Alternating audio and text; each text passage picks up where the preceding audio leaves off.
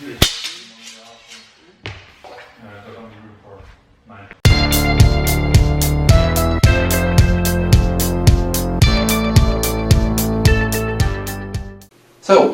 welcome back to the Message Fencing channel.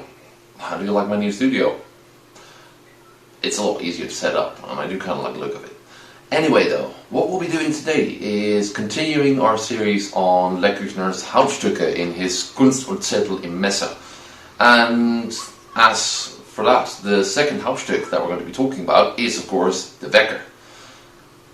The Wecker is a really cool Hauptstück.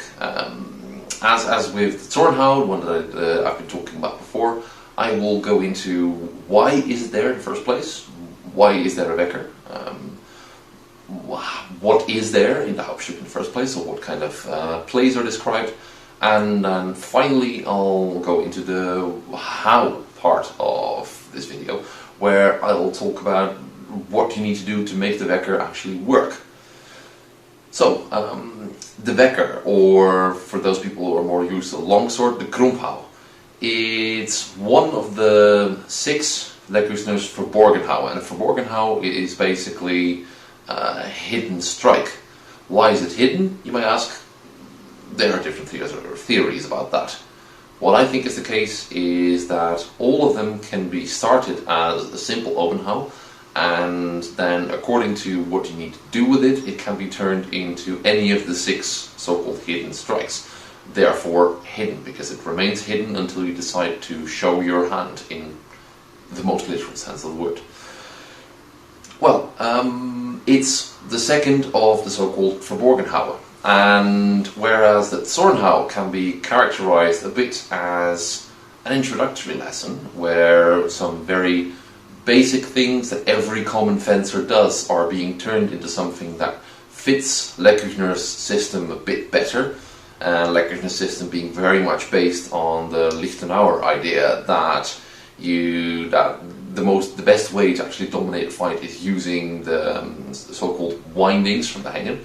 And what you see with the Zornhau is that a simple strike from above is turned into a strike that establishes a bind, from where you can make windings to dominate the fight, where the concepts of timing are introduced, fore, nach and indes. The Wecker adds a couple of new things. So the Wecker is your first proper lesson, so to speak, in messer fencing, and it adds a couple of new things, and I think that that is the purpose of having this Hauptstück. It adds, among others, more tactical variety, because not only are you the one waiting to be attacked, responding to that, and hopefully indes taking back initiative, but with the Wecker you can also get a couple of options how to take the fight to your opponent. So to start fore, and then make sure you keep the fore. That is one of the things that the Wecker adds. It adds a more tactical variety to your art of fencing with the messer. But it also does add a couple of other things, and the most obvious one might be some footwork, because what you can do with the Wecker now, it adds a lot of sidestepping options, and it possibly, this is just purely theoretical, it's never mentioned explicitly, but possibly it also adds shield stepping, so using cross steps to work with the Wecker. Now, all that stuff is super interesting, but then there's also a last thing that the Wecker adds, and it adds a new set of movement patterns, a new set of techniques, so you'd like. So movement patterns means that the way you move certain parts of your body to bring the blade to a different position than what another movement pattern would achieve.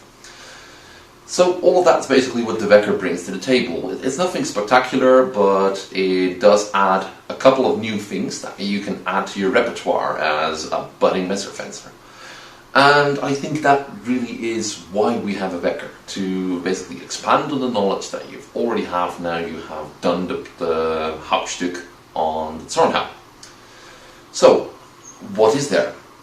Well, there's a lot of different things in the Wecker. The nice thing about the Wecker is it's one of those Hauptstücke where it's very clear that you do not have one absolute Wecker. There's not one. There's a couple of different ways to do it. The only thing that's a common thing is the movement pattern used to perform a Wecker. But depending on whether you are nach or fore, it completely changes the way it turns out. Also, where you're aiming. Are you aiming your Wecker squarely at your opponent, or are you first trying to engage their blade? All these things very much make sure that the Wecker, that there's not one Wecker, but there's a couple of different ways how it can turn out. And all of these ways kind of have their piece in the manuscript. What's nice about the Wecker as well is that you can see most of these things both from the right and from the left. And that's pretty awesome. You do not get that a lot in longsword, for instance. Anyway, the first part that you see in the Hauptstück and Wecker is quite simply and purely, how do you do it in the first place? What's the kind of movement pattern, kind of technique you need to be able to do a Wecker in the first place? The situation is very quite simple. You're the one taking the fight to your opponent, so you are supposed to act fore. And in that, it shows the piece against Stier. In the introduction of the Wecker, Lecküchner reminds us, well, it's one of the 4 Versetzen, more about that later, but secondly, it can also be used to counter strikes from above and strikes from below. In the first piece, however, it very much counters the guard of Stier. So you come towards the fight, to Zufechten, and someone assumes the guard of Stier. What do? Well, you make a Wecker towards over their hands, as it were, towards their face. And that will elicit a reaction, and afterwards a couple of windings will ensue. How to do that exactly, I'll talk about that in a minute. The fun thing about how to do the basics of the Wecker is that it shows this from both sides. So it shows it from the right, and then it shows it from the left as well. We go to the second part now. That's where the Schrankut comes in. Schrankut is not one of the 4 layers, so it's not an ideal position to assume when you go towards the fight in Zufechten. But there are some situations where you can get to the Schrankut, and it does happen to be a really good place to launch a so-called Wecker from. And that's why it is included in this Hauptstück, I think. The nice thing about Schrankut is that it changes the tactical setup. So you have gone to Schrankut, an opponent comes towards you, and from there you can perform a Wecker to displace the blade and then attack them with your blade again, either with a strike with a short edge or with a thrust. So the interesting thing about the Stücke from Schrankut is that as you would expect them to come from the right with a long edge and from the left with a short edge, as I think happens in previous Stücken, that you actually have to perform it from the right with the short edge and from the left with the long edge. I'm not fully sure why this is, but I might assume that this has something to do with the fact that the Lecküchner might want to show that what you do with the blade is not actually as relevant, it's what you do with your body. Like doing the sidestep, getting your body out to the side is far more important. Regardless though, doing this with most messers for me is very awkward. It requires a really nice reproduction that's perfectly balanced to actually pull this off, so do keep that in mind. Well, we've done the Schrankut, and then we go back to something where we take back the initiative again. So with the third part, we are going to look at some interesting options. We once again use Wecker to directly attack our opponent, and in this case though, they're going to displace far out to the side, so they're going to be chasing after our blade rather than having a proper good defense. And that creates an interesting idea, because now we can do a Durchwechsel. The idea of Durchwechsel will be explained later in the manuscript as a more general rule, but we get a slight preview of this already. So we basically just simply dip the point and thrust towards the other side. And this is where the manuscript gives me one of the best possible quotes. I really love this, because Lecküchner says, like, you can thrust him, but you can also dip the short edge over the blade, strike the side, and then strike them through the head. Amen. I like that. However, you can also do this from the left side, and also from the left side, changing through like this is a very good option. We then go into the fourth part, and the fourth part is Weg zum Flächen. So we are using the Wecker against the flat of our opponent's blade. Basically, first stepping out and displacing the blade, and then taking a second action as a follow-up. This is all nice and good. There's a couple of variations, both from the left and the right, but despite the fact that we are told to do this, you're also given a warning then in the so-called fifth part. In the fifth part, we then have counters, and they will counter someone who does a Wecker towards your blade. So, it's almost as if Lecküchner says, like, the Wecker is very nice to displace cuts from above and from below, but beware, because they are very easy to counter. It's very easy to counter that if you do that with a Wecker, and he gives you 4 options for that. Now, the sixth part is also interesting because that shows the so-called hard Wecker, or as I like to call it. This is very much meant to be used against people who fence like uncultured peasants, against boors, people who just come to the Fechtschule or attack you in the street and they just do weird shit. They strike you very hard, or they do other weird things that do not actually have a really great answer in the fencing art. And Lecküchner's answer to that is just beat all that stuff aside with the Wecker and then strike them really hard with a long edge. And you get a couple of target areas.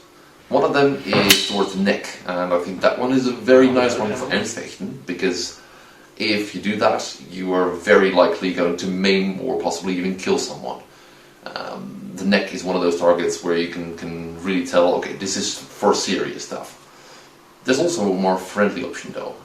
If you have used the Wecker to displace one of those really hard knocks, you can then pretty much do the same to them by giving them a really hard and painful strike to the ribs.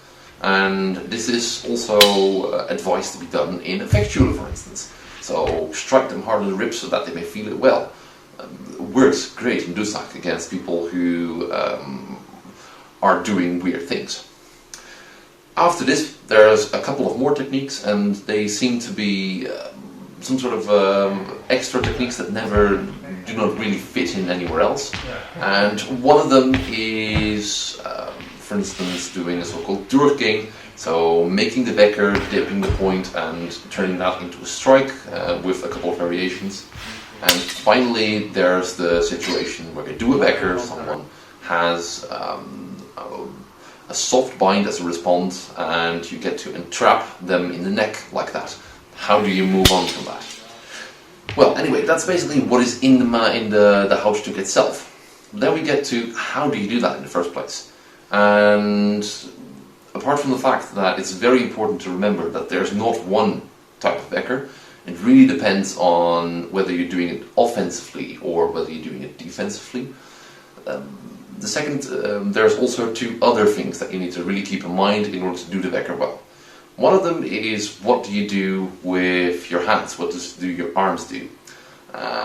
Doing a Wecker tends to require a different kind of technical movement pattern. So you have to throw your hands out and then basically turn them upside down from the right. So turn them from right to left upside down if you start from the right, and turn them upside down from left to right if you start from the left. And you need to do that, I think, with thumb grip, like this.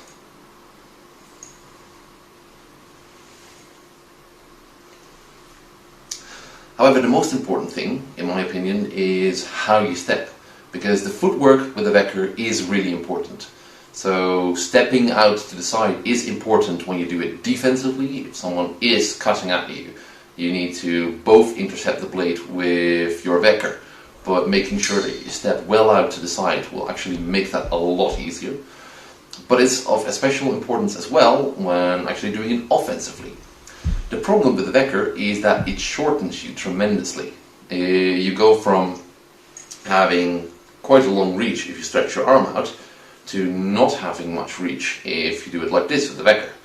So in order to compensate for that, to be safe, you really need to take a different angle, and that's where the sidestep comes in. This, however, creates new problems. So as you can see, the sidestep gets you out quite far to the side and does allow you to sometimes actually hit your opponent from there. If you don't, however, it's really hard to go to the winding that we're supposed to go to if we follow the first play in the manuscript on the Wecker. So how do we solve this? The manuscript itself doesn't explicitly describe a solution to this, but if you look carefully you might actually see that the feet kind of look crossed almost.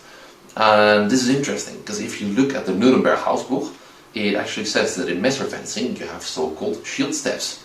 Cross steps, as it were. Those things are very familiar to those people who do sword and buckler, I hope.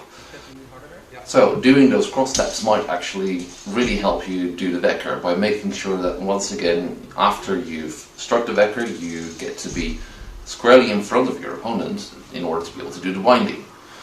And interestingly enough, it also works like that for the counter.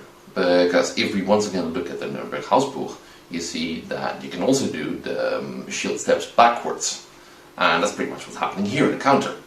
As you can see, when the fencer who is fore is performing the Wecker and then doing the shield step in order to complete the winding, you see the other fencer is taking his rear leg and crossing it over to pretty much nullify that movement, which allows him then to wind over and thrust with the counter.